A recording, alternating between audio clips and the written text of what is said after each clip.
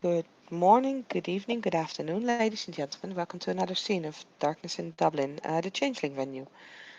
We start the scene with Willow Voidfrost and Christian Dubois, who are going for their second riding lesson, or at least Willow's second riding lesson, as Christian's the one doing the teaching. And they basically go to like the same stables that they visited last time and actually rent the same horses. That is the horse for Sir Christian and the pony for Willow, because a horse would should have some vertically challenged problems. Is that a nice way of putting it? I don't know. Um, she wouldn't be able to get on the horse properly. She has difficulties actually uh, climbing onto the pony, as short as she is.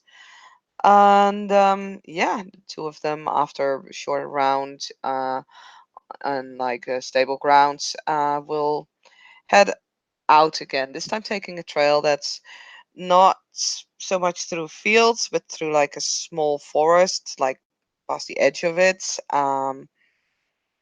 Ride is going pretty smoothly. Willow, on her part, does seem to be a bit downcast. She's more silent than she was before, and seems to be doing a lot of thinking as she's following Christian on his horse. Kind of, from time to time, actually having to catch up again because the pony won't be going as fast as the horse does. And it's yeah, sort of there that we start the scene. Christian urges his horse into a slow trot to let Willow catch up to him. He's fairly been in a similar state of inattentiveness, I suppose. He's been focused on teaching the lesson, uh, but when he lets Willow catch up to him, he'll look over in the saddle and give her a smile, half smile, um, and just say, "You're quiet today, Willow." It takes like just that split second too long for her to kind of like realize that Christian is actually speaking. She looks up and will return a smile, but then kind of raises her shoulders for a moment as she's slowly catching up. Thinks for a moment and says, "Well, there's been some complications lately. I've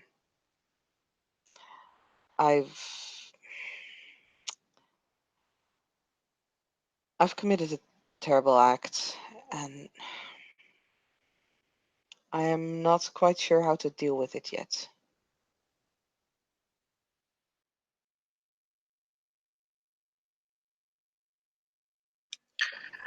You, Willow, commit a terrible act. He gives you a look of mock reproach.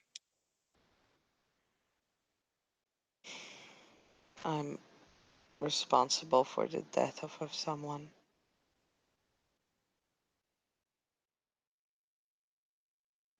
His face becomes serious as he looks at you for a moment, and then his eyebrows raise.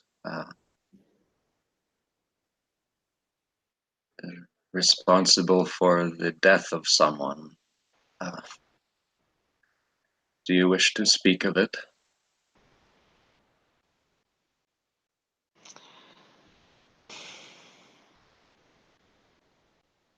I I'm not sure.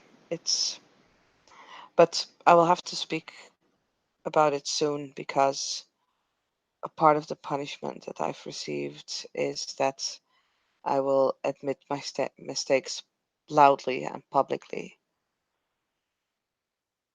It's so I actually do want to speak with you about it because if you don't feel comfortable after knowing this, with staying, well, sort of bound to me, is that how you call it with the notes? Then I can completely understand that.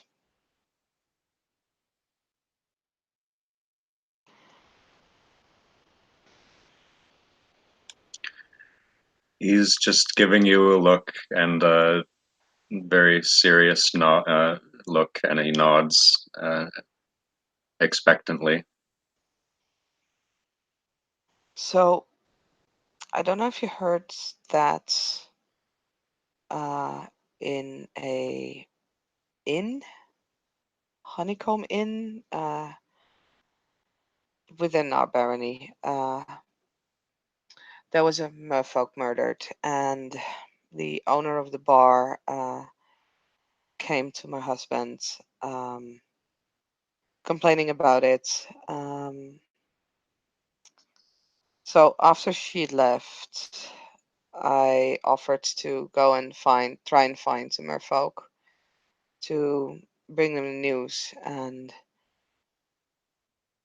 Baron Voidfrost, of course, accepted this. Well, I'm not sure about the of course, but it kind of makes sense, I guess, for a Selkie. Um, However, I felt that it would be not very satisfactory for merfolk. I don't know a lot about them, but I can imagine if someone that I cared about would die, I would like to know more than just, hey, this person is dead. So I decided to investigate, actually together with the owner, Siobhan, owner of the Honeycomb Inn, and we went to this sort of, I don't know, it's sort of a shady place. Tried to get information on, what was it called again? Dark Rabbit or the Black Rabbit, something like that.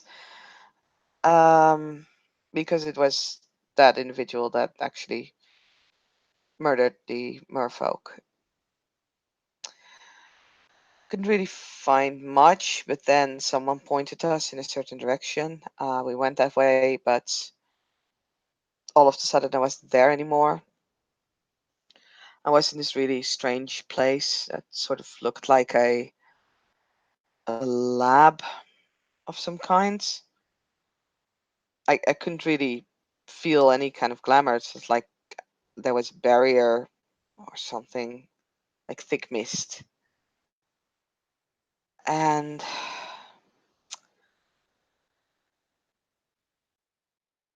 there was someone else. He was not close, but it was almost like I could see him through like a television sort of thing, portal of kinds. And they basically told me that I had to make a decision, either kill someone of high standing or let this individual die was bound to like a stake. And I couldn't I couldn't kill someone. I didn't want to, so instead they set that person on fire. That by itself was already, that hurt it, and that's, but I was very upset, and I unleashed, and I couldn't control it. And instead of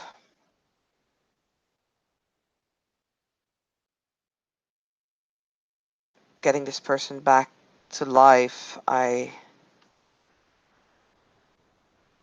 sort of drew in, I don't know, summoned a lot of things that called themselves green giants, and it just became worse and worse. And I think it was Sir Alduin that ultimately set most of the green giants on fire and kind of prevented things from getting out of hand. But one is still gone, and this was not in our barony. Was in another county, and well, the count was not very pleased, obviously. So I have to now kill this green giant, and also publicly tell everyone that which I've done, and how bad that is. Sort of. They also want to make me publicly claim that I am a baroness.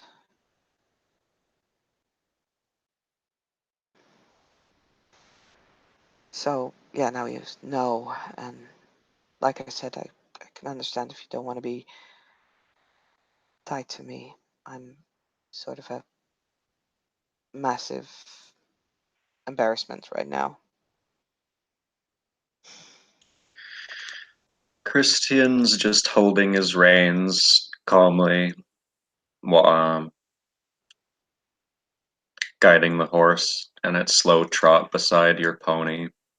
He's sympathetically listening to the story you're telling him.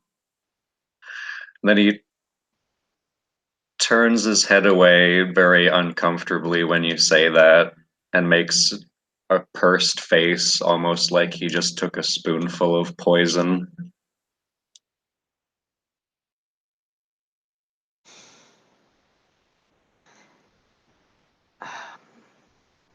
I'm I'm really sorry.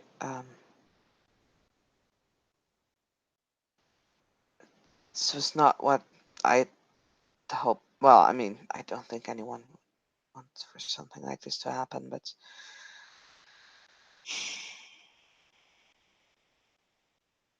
yeah.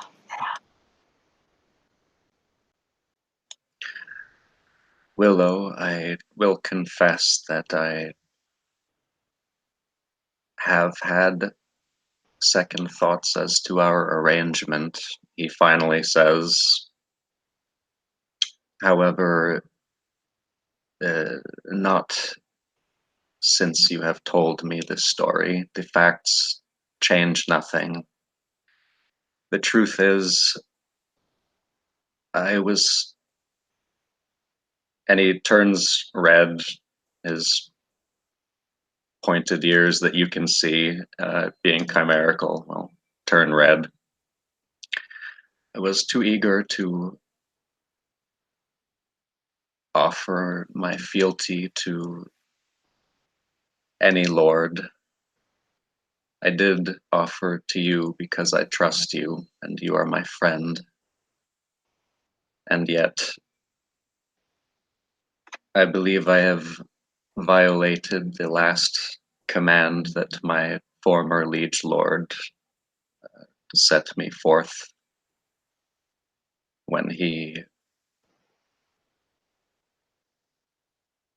makes a funny face, put me on sabbatical.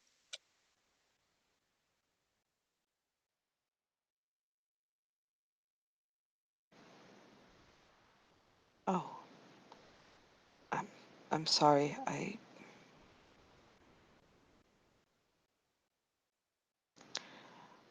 I was not aware. He just looks sad and all of his early 20 something age.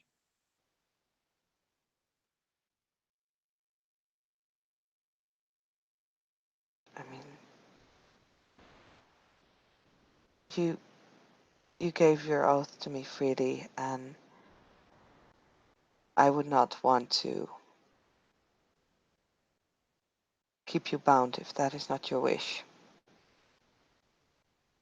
Is there, do you know if there's like a way to do this properly, or can I just say that I will release you of your oath?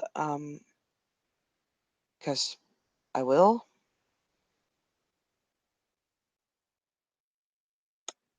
He looks grateful, but also abashed as he smiles at you. And out of character, I don't know the answer to that question.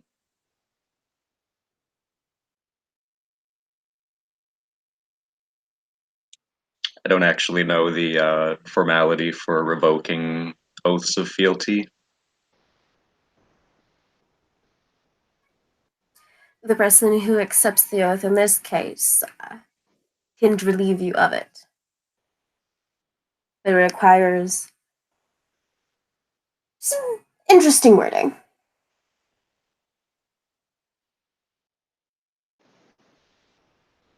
Okay.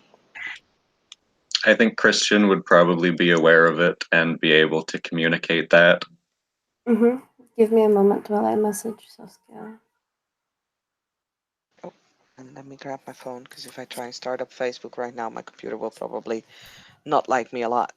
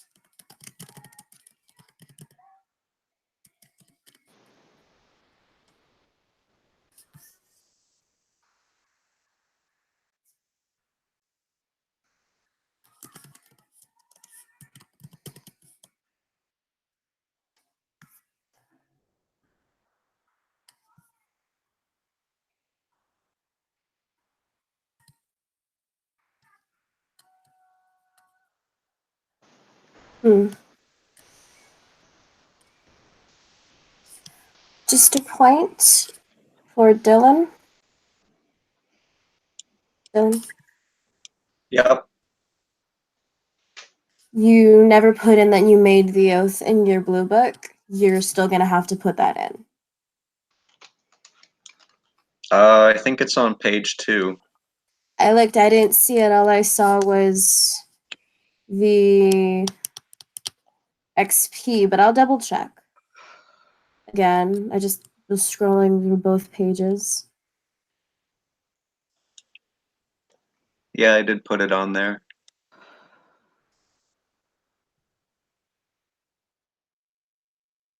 Didn't see what I saw. But in any case, let me type this up.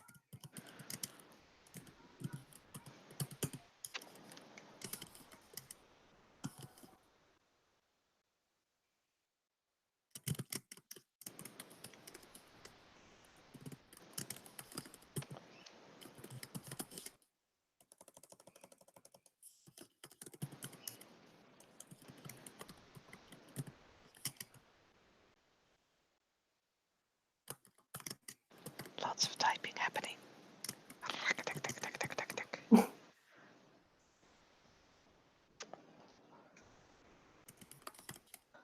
Can I be right back quickly? Of course, I'm almost done. But we can wait.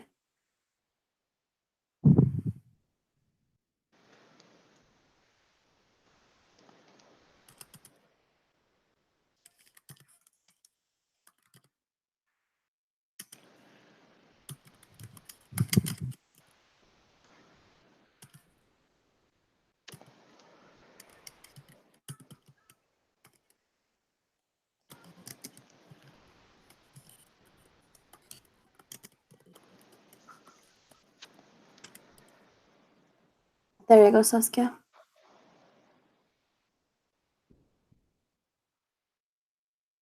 Okay.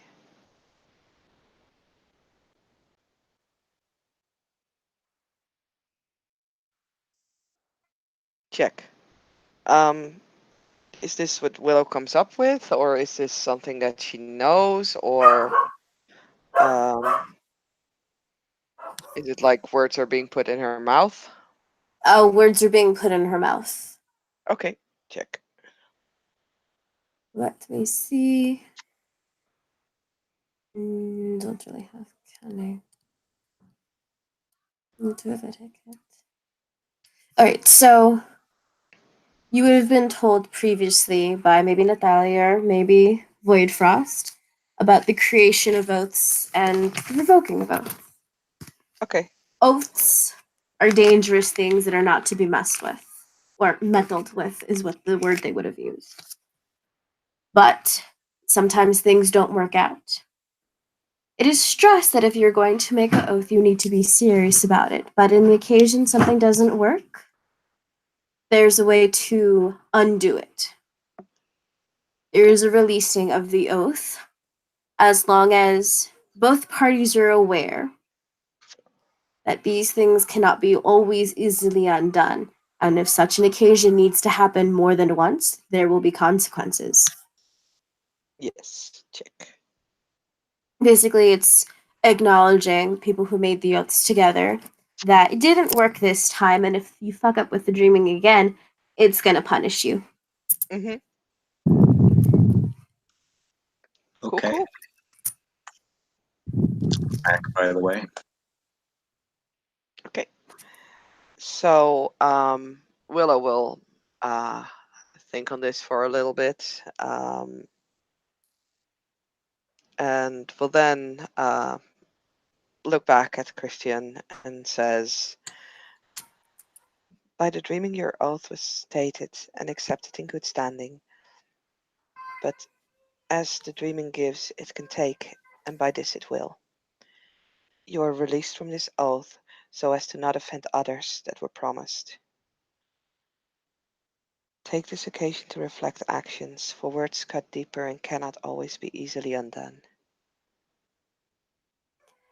There will be a very sharp rush of wind that flows through both of you. It hits from the back to the chest, as if someone filled something sharp in between your shoulder blades. You'll have a gasp of air and feel lighter afterwards. Sir Christian, you've been released from your oath. Christian closes his eyes solemnly as the dreaming wind passes through him and then opens his eyes again, looking at Willow, face steady.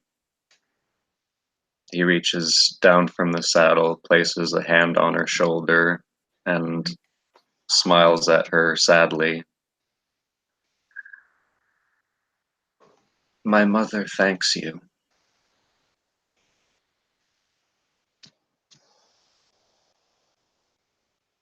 Willow, yeah, also looks sad, though she's been basically looking a bit gloomy for the entire time. And she'll nod and says, "I am sorry that I put you through this." You put me through nothing, Willow. was caught up in a moment and acted rashly. But do not mistake me. I do not wish to desert you in this hour of need that you find yourself in. I wish to stand with you as a friend, not a retainer.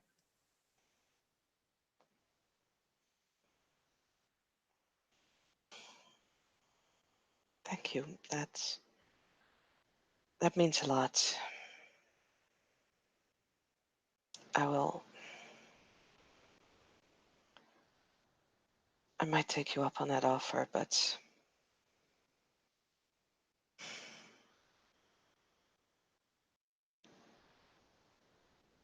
so Christian, actually, how good are you with a sword?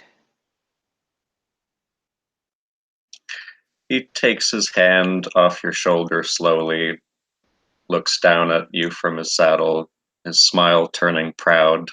Oh, I am more than passing fair with a sword.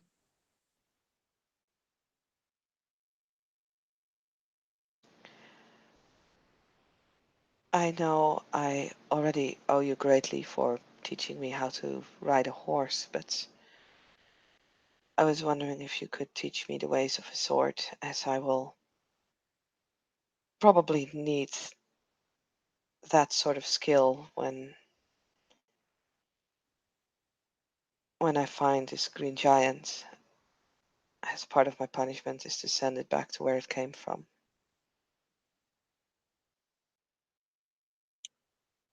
He smiles at you. Swords are one way of sending things back where they have come from. Hmm. He places a hand over his heart. It would be my deepest honor to instruct you in any way you should require, least of all in swordsmanship.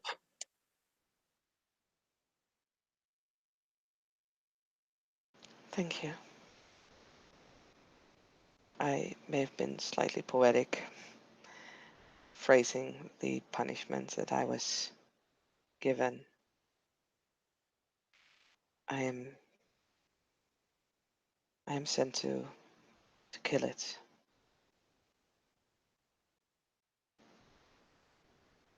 It saddens me because I do not wish to take more lives.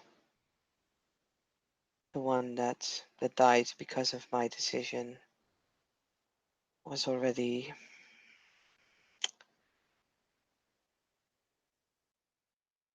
It is hurting me.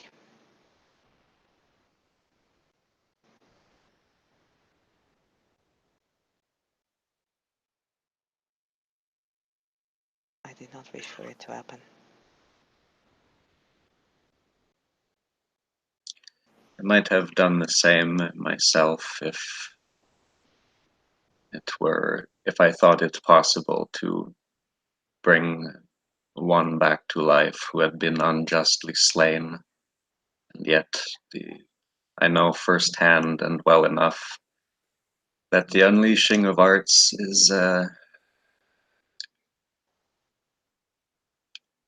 dangerous art in and of itself.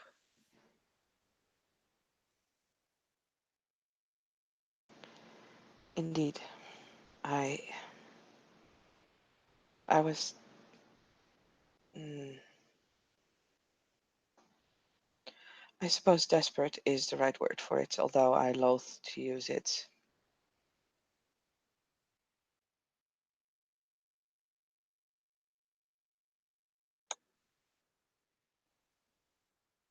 He squints, tilting his head. I'm just thinking if he knows anything about green giants from remembrance or lore.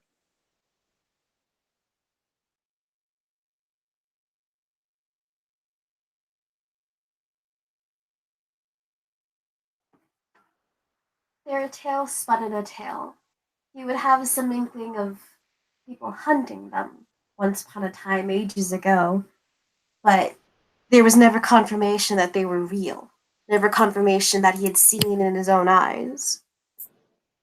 So to hear them to be real is something phantasmal in a world that is already very much steeped in fantasy.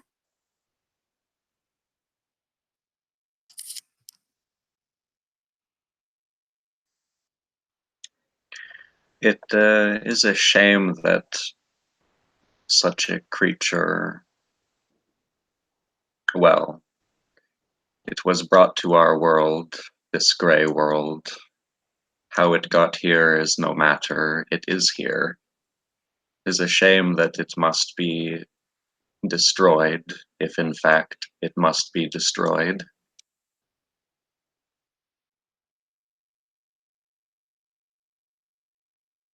I agree.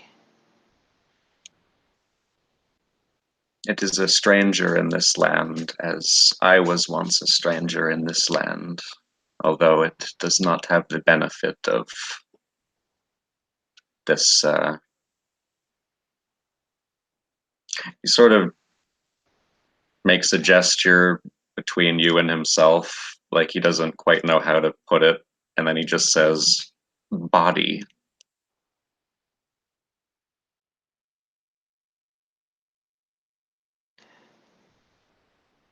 I think I understand what you're saying, even though I know that the ways of a Selkie are very different than the ways of a she.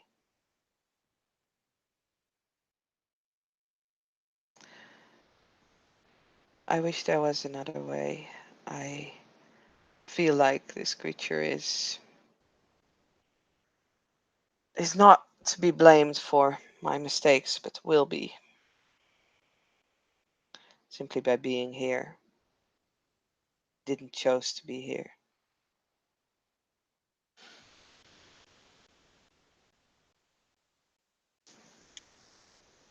Christian seems very thoughtful on the matter of the green giant. Oh,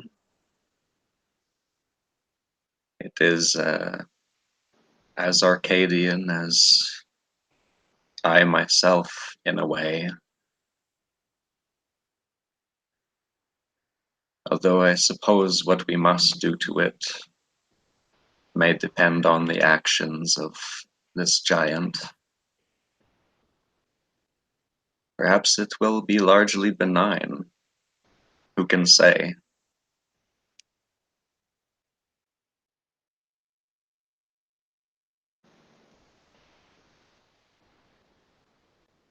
I hope it will not be, as I am tasked to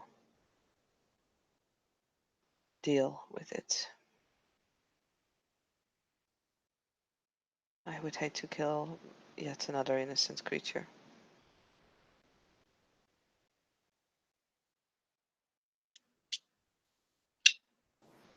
Gets a slightly wry smile. I suppose they do make it easy when they come charging in, roaring and brandishing claws.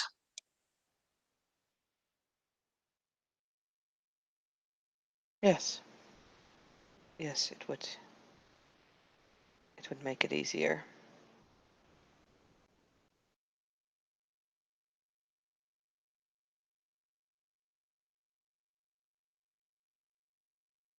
Maybe I can find some more information. Maybe there is a way to send it back to where it came from in some way, but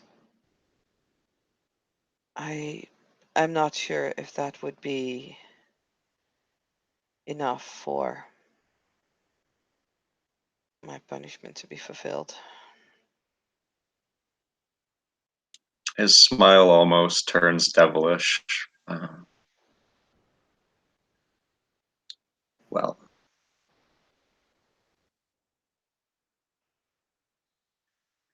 an unleashing brought it here. Who's to say an unleashing won't send it away?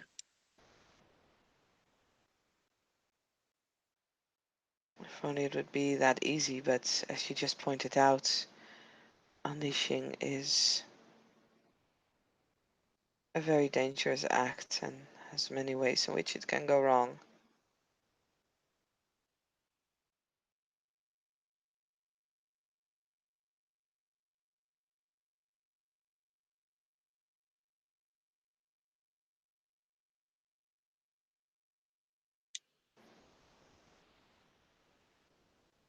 that is so. I have only done it a couple of times on this earth, but I think both times were rather unwise and did not entirely end in the anticipated outcome. If I want to show that I have learned from this experience and would not make the same mistake again, I do not believe that unleashing for a second time would be the right answer to that. With every risk that it can go wrong, I do not wish to bring more shame to myself and my barony, people that live in it.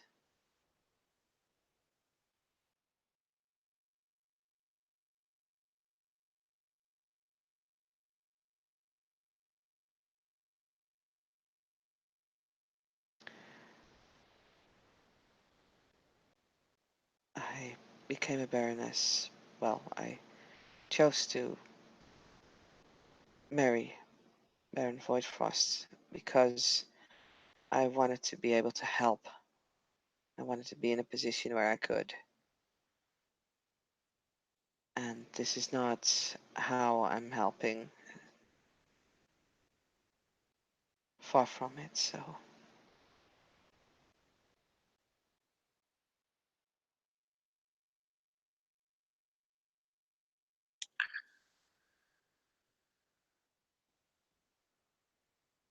I always hoped that I would marry for love.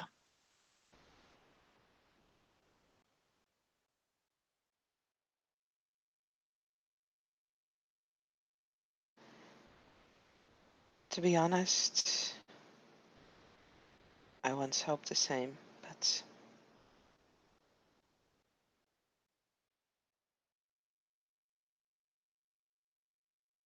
that is different now.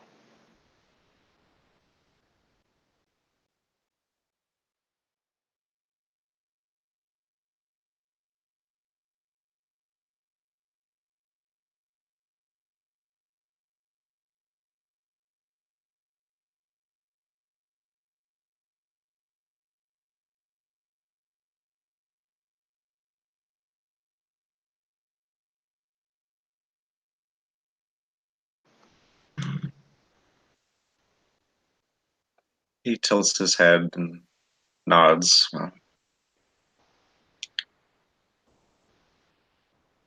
I understand, although for my part,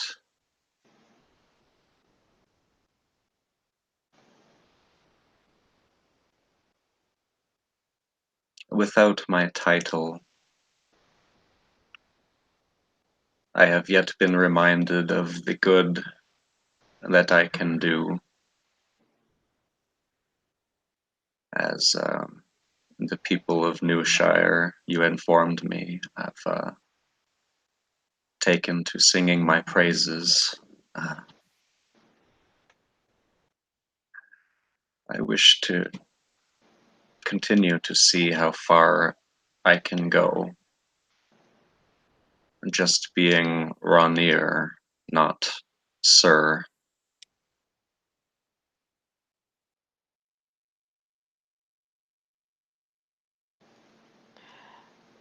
As I said the previous time, I do not believe that you need to be called a knight or be knighted to act like one.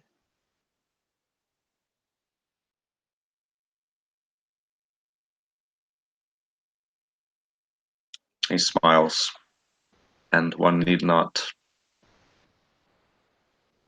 be a knight to be a hero, nor a baroness.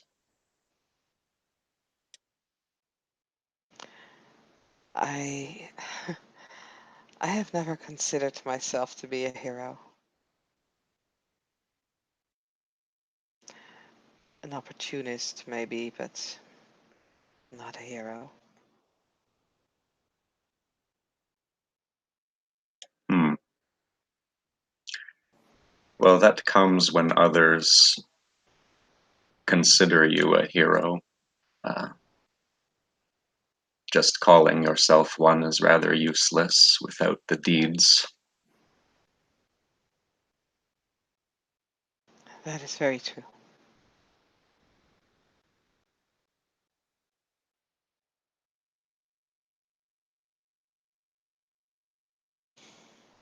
Well, do you wish to continue?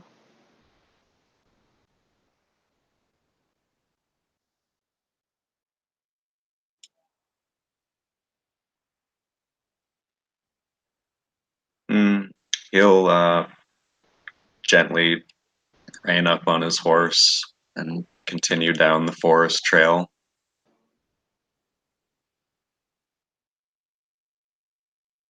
Yeah, and Willow will follow. And that would be a moment to end the scene. Sure. Okay. Thank you, player, for playing. Thank you, Steve, for steeing. This was another scene for Dublin in Darkness, and we wish you all a pleasant night, evening, or whatever.